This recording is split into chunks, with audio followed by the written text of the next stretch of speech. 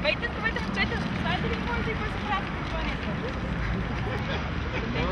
Език се прави за кампанията е за човешките права и че нямаме право да обиждаме другите и те да ни обиждат. И днес е Европейския ден, Action Day за човешките права. Може да си теглите едно късметче, което е човешко право. Да, ще взема.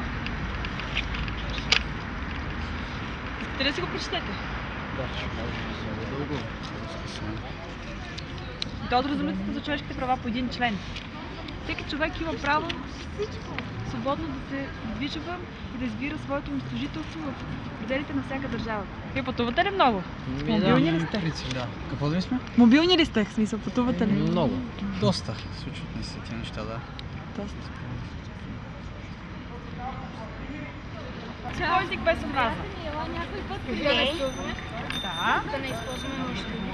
И да не обиждаме другите. Днес е Международният ден за човешките права.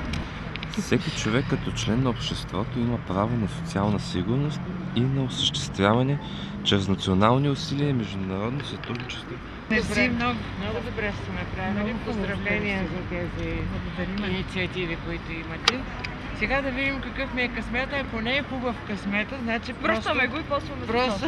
Няма как да не е хубав, това е едно човешко право. О, то много дълго бе младежи, то това трябва да го чета цял ден. Правата на човека. Искате ли се теглите? Що не? Човешките права. Може да се пишете даже какво право да се падна. Моля ми го отвориш. Мога? Разбира се. Човешко право е да си отворите късмечето. Да, бе. Да. Заповядайте. Трябва да се пишете сам.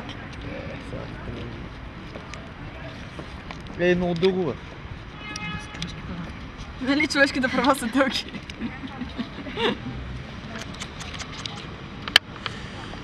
Да.